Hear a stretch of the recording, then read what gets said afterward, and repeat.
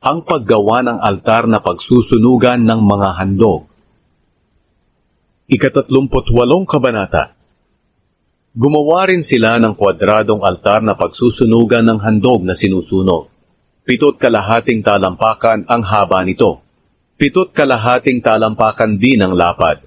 At 4.5 talampakan ang taas. Nilagyan nila ito ng parang mga sungay sa 4 na sulok, na kasama ng ginawa ng gawin ang altar. Binalutan nila ng tanso ang altar. Ang lahat ng kagamitan ng altar ay gawa rin sa tanso.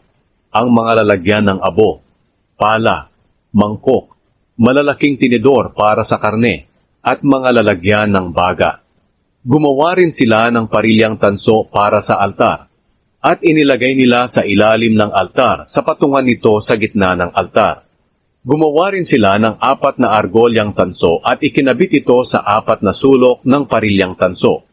Ang mga argolyang ito ang pagsusuksukan ng mga tukod na pambuhat sa altar. Ang mga tukod ay gawa sa kahoy ng akasya at binalutan ng tanso. Isinuksok nila ang mga tukod sa argolya sa bawat gilid ng altar para mabuhat ito. Tabla ang ginawa nilang altar at bakante ang loob. Ang paggawa ng plangganang hugasan. Pagkatapos, gumawa sila ng tansong planggana. Ang patungan nito ay tanso rin. Ang mga tansong ginamit dito ay galing sa tanso na salamin ng mga babaeng naglilingkod sa pintuan ng toldang tipanan. Ang paggawa sa bakuran ng toldang tipanan. Nilagyan nila ng bakuran ang toldang tipanan at pinalibutan nila ito ng mga kurtina na pinong telang linen. Ang haba ng kurtina sa bandang timog ay 150 talampakan. Ikinabit nila ang kurtina sa 20 haliging tanso na nakasuksok din sa 20 pundasyong tanso.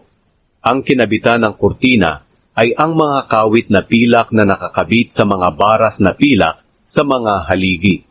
Ang kurtina sa bandang hilaga ay 150 talampakan din ang haba at nakakabit ito sa 20 haliging tanso na nakasuksok sa 20 pundasyong tanso.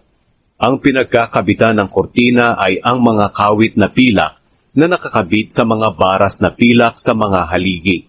Ang kurtina sa bandang kanluran ay 75 talampakan ng haba at nakakabit ito sa 10 haligi na nakasuksok naman sa 10 pundasyon. Ang pinagkakabitan ng kurtina ay ang mga kawit na pilak na nakakabit sa mga baras na pilak sa mga haligi.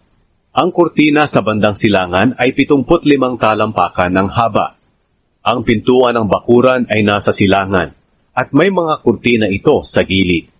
Ang kurtina sa kanan ay 22.5 talampakan ng haba at nakakabit ito sa 3 haligi na nakasuksok sa 3 ring pundasyon. Ang kurtina sa kaliwa ay 22.5 talampakan ng haba at nakakabit ito sa 3 haligi na nakasuksok sa 3 ring pundasyon. Ang lahat ng kurtina sa palibot ng bakuran ay gawa sa pinong telang linen. Tanso ang pundasyon ng mga haligi, at pilak naman ang mga kawit at mga baras nito. Ang mga ulo ng haligi ay nababalutan ng pilak. Ang lahat ng haligi sa palibot ng bakuran ay may baras na pilak. Ang kurtina ng pintuan ng bakuran ay gawa sa pinong telang linen, na binordahan gamit ang lanang kulay asul, ube at pula, at napakaganda ng pagkakaburda nito. Ang haba nito ay 30 talampakan at 7.5 talampakan ang taas, katulad ng taas ng mga kurtina na nakapalibot sa bakuran. Ang kurtinang ito ay nakakabit sa 4 na haligi na nakatuksok naman sa 4 na pundasyon. Nababalutan ng pilak ang mga kawit at mga baras ng mga haligi at ang mga ulo nito. Purong tanso ang lahat ng tulos ng tolda at ng bakuran sa palibot nito. Ang mga materyales na ginamit sa pagpapatayo ng tolda. Ito ang mga materyales na ginamit sa pagpapatayo ng toldang sambahan, kung saan nakalagay ang malalapad na batong sinulatan ng mga utos ng Diyos. Inilista ng mga Levita ang mga materyales na ito ayon sa utos ni Moises. Ang gawaing ito ay pinamahalaan ni Itamar na anak ni Aaron na pari. Ang namamahala sa pagpapatayo ng tolda ay si Bezalel na anak ni Uri at apo ni Hur na mula sa lahi ni Huda. Ginawa niya ang lahat ng iniutos ng Panginoon kay Moises. Katulong niya si Oholiab na anak ni Ahisamak na mula sa lahi ni Dan. Magaling siyang magtrabaho, magdisenyo at magburda ng pinong telang linen at ng lanang kulay asul, ube at pula.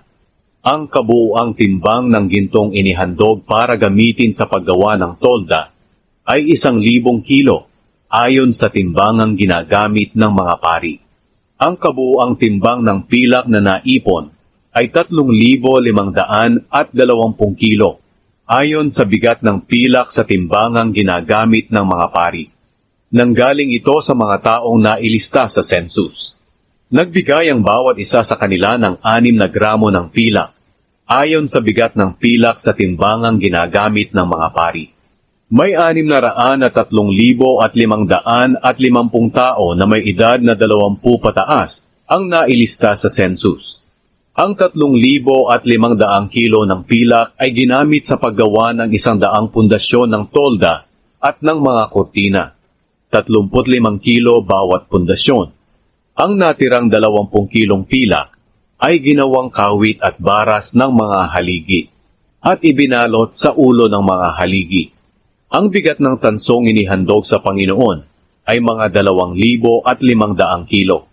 Ginamit ito sa paggawa ng mga pundasyon ng mga haligi sa pintuan ng toldang tipanan.